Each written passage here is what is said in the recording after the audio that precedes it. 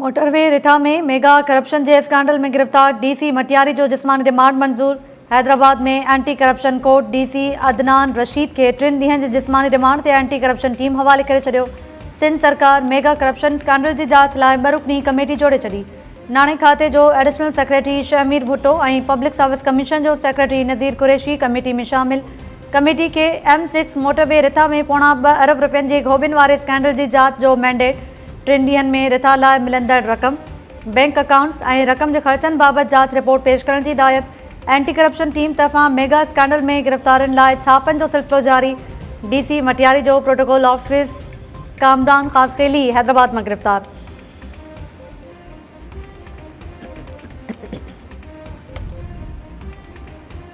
Sindh assembly में opposition leader haleem Adil Sheikh के घर से पुलिस जो छापो। पुलिस एहलकार हलीम आदिल के घर की झड़ती वठण बाद वापस रवाना। हलीम तरफा पुलिस ते घर में भंजरा करण और बिना वारंट के घर भातन के हिसाइण जा इल्ज़ाम। हलीम आदिल शेख चयो है तो 15 का वधीक मोबाइल में सवार थी पहुतल एहलकारन छापो हयो। छापे दौरान हू घर में मौजूद न हो। सिंध हुकूमत की हिदायत इंतकामी कार्रवाई कयूं पियूं वञनि। SSP ओभर छापे का अणजाणाई ज़ाहिर कंदे चयो त थी सके तो एंटी करप्शन खाते की टीम छापो हयो हुजे। एंटी करप्शन इख्तियारन तरफा बे अपोजिशन लीडर के घर से छापे की तरदीद।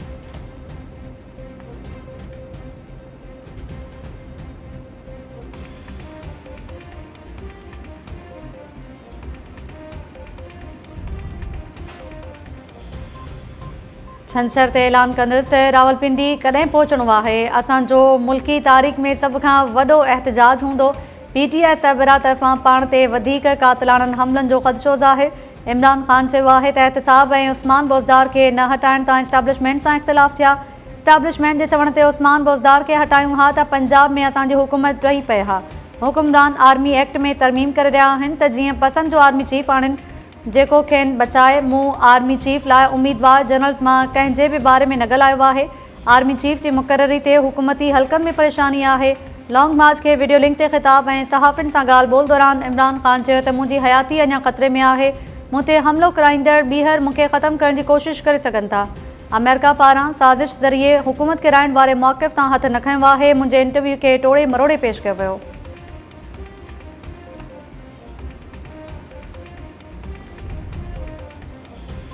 अदालत सियासी मामलों में सब्र जो मुज़ाहिरो करे रही है। लॉन्ग मार्च सियासी मसलो है, उन जो सियासी हल निकली सके तो।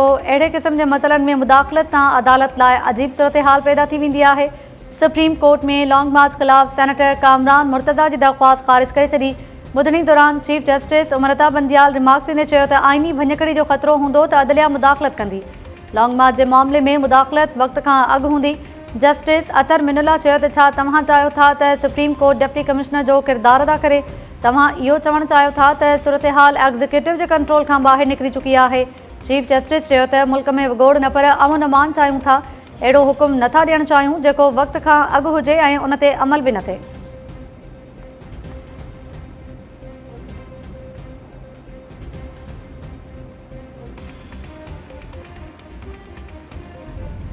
आऊं इमरान ख़ान के खिलाफ न हुअसि न आहियां ऐं न ई रहंदसि। ईंदड़ चूंडुनि ताईं इमरान ख़ान के चौधारी मौजूद नांगन ऐं कीड़नि की सफ़ाई में मुंहिंजो वॾो किरदार हूंदो।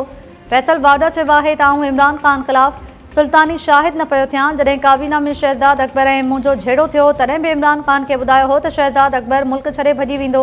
हिकु ॿियो आइनी उहिदो साज़िश तहत इस्तेमालु थी रहियो आहे। शायदि इमरान ख़ान खे उनजी ख़बर न आहे छाकाणि जो इमरान ख़ान उन्हनि ते घणो एतबार करे थो।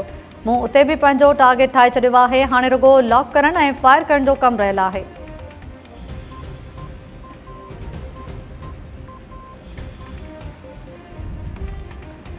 अॻूणे वज़ीर आज़म इमरान ख़ान जी अमेरिका साज़िश वारनि इल्ज़ामनि में का भी सच्चाई न हुई। अमेरिका ॿेतरफ़नि लाॻापनि जी राह में प्रोपेगेंडा या ग़लत मालूमात के रंडक बंडण न ॾींदो। अमेरिकी परॾेही वज़ारत जे तर्जुमान वेदांत पटेल जो बयान। वाशिंगटन में मीडिया के ब्रीफिंग दौरान वेदांत पटेल चयो त अमेरिका पाकिस्तान से पुराणनि लाॻापनि ऐं सहकार के क़द्र जी निगाह सां ॾिसे थो। अमेरिका एक खुशहाल ऐं जमहूरी पाकिस्तान के पंहिंजनि मफ़ादनि लाइ सदाईं अहम समझंदो रहियो आहे ऐं उन पॉलिसी में का भी तब्दीली न आई आहे। इमरान ख़ान पारां अमेरिकी साज़िश वारे मौक़िफ़ तां मुबैना तौर पुठिते हटण बाबति पुछियल सवाल के जवाब में अमेरिकी तर्जुमान चयो त इन बाबति मूं वटि चवण लाइ कुझु बि नओं न आहे। अॻु जीअं हाणे भी एतिरो चवंदुसि त उन्हनि इल्ज़ामनि में का भी सच्चाई न आहे।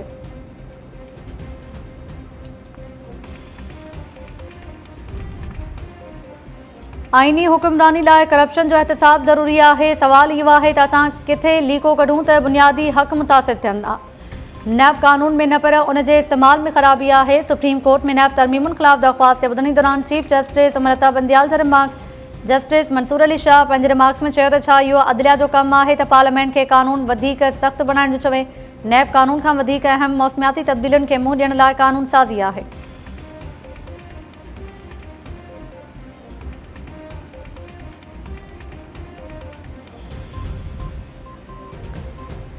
वॾे वज़ीर तरफ़ां सरकारी नौकरियुनि में उमिरि जी रिआयत वारे समरी मंज़ूर न थियण सबबि हज़ारे उम्मीदवार बुड़तड़ जो शिकार। सरकारी नौकरी लाइ उम्मीदवारनि खे 15 साल उमिरि जी रिआयत लाइ सिंध पब्लिक सर्विस कमीशन तरफ़ां सर्विसिस खाते खे ख़त। SPSC में चयो वियो आहे त जुलाई में उम्मीदवारनि जी उमिरि में 15 साल रिआयत जो मुदो पूरो थी वियो आहे। सर्विसिस खाते तरफ़ां वॾे वज़ीर खे उमाणियल समरी मंज़ूर न थियण सबबि 28 साल खां वॾी उमिरि वारा उम्मीदवार सरकारी नौकरियुनि लाइ अहल न हूंदा।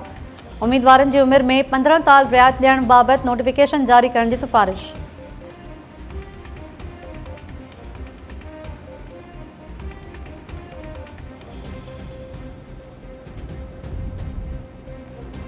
अदालती नोटिस ऐं टाइम न्यूज़ जी कवरेज बाद दादू में तालीम खाते जा अमलदार जागी पिया। DEO दादू तरफ़ां डायरेक्टर प्राइमरी एजुकेशन खे ख़त लिखी परॾे में वेठल ॿिनि उम्मीदवारनि खे जारी थियल ज्वाइनिंग लेटर रद्द करण जी सिफ़ारिश। इटली में रहंदड़ जोही वासी उम्मीदवार नादर रिंद के ॻोठ बख्श अली रिंद जे स्कूल में ज्वाइनिंग ॾिनी वई। परॾे में मौजूद दादू जे हिक ॿिए उम्मीदवार अब्दुल वहीद खे बि मास्तरी लाइ ज्वाइनिंग ॾियण जो इंकशाफ थियो। मेरिट जी वेटिंग लिस्ट में वेठल उम्मीदवार मोहम्मद फारूक सिंध हाई कोर्ट पहुतो। अदालत तरफ़ां सेक्रेटरी तालीम DEO दादू ऐं ॿियनि लाॻापियल ऑफिसर्स खे नोटिस जारी। 3 नवंबर ते जवाब तलब।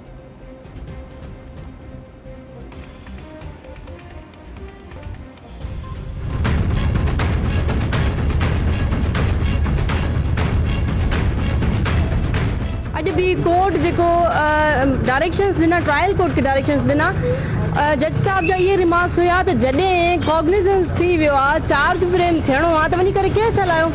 हिते सरदारनि खे कहिड़ी ज़रूरत आहे जो हू कान का एप्लीकेशन खणी करे अटकायूं बीठा आहिनि। सो इनशाला पुरुमीद आहियूं। ॿिए ॾींहुं असांजी ऑनरेबल जेको आहे सो दादू कोर्ट में मॉडल कोर्ट में हेयरिंग आहे ऐं उते चार्ज फ्रेम जे लाइ डायरेक्शंस अॼु वरी ॾिना आहिनि हाई कोर्ट। पुरुमीद आहियूं त अदलिया इंसाफ़ कंदी।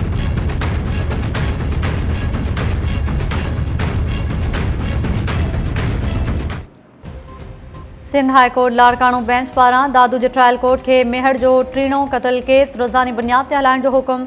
उमिर बाब बि अदालत में पेश थी। उमिर बाब चयो त सरदार तारीख़ुनि मथां तारीख़ूं वठी असांखे थकाइण जी कोशिशि पिया कनि। केस जो फ़र्द जुर्म लागू थियणो आहे, तंहिं करे जल्द खां जल्द केस हलाए वञे। सरदार भाइर केस खां भॼणु चाहिनि था। जेको ॾोही हूंदो आहे उहो भॼंदो आहे।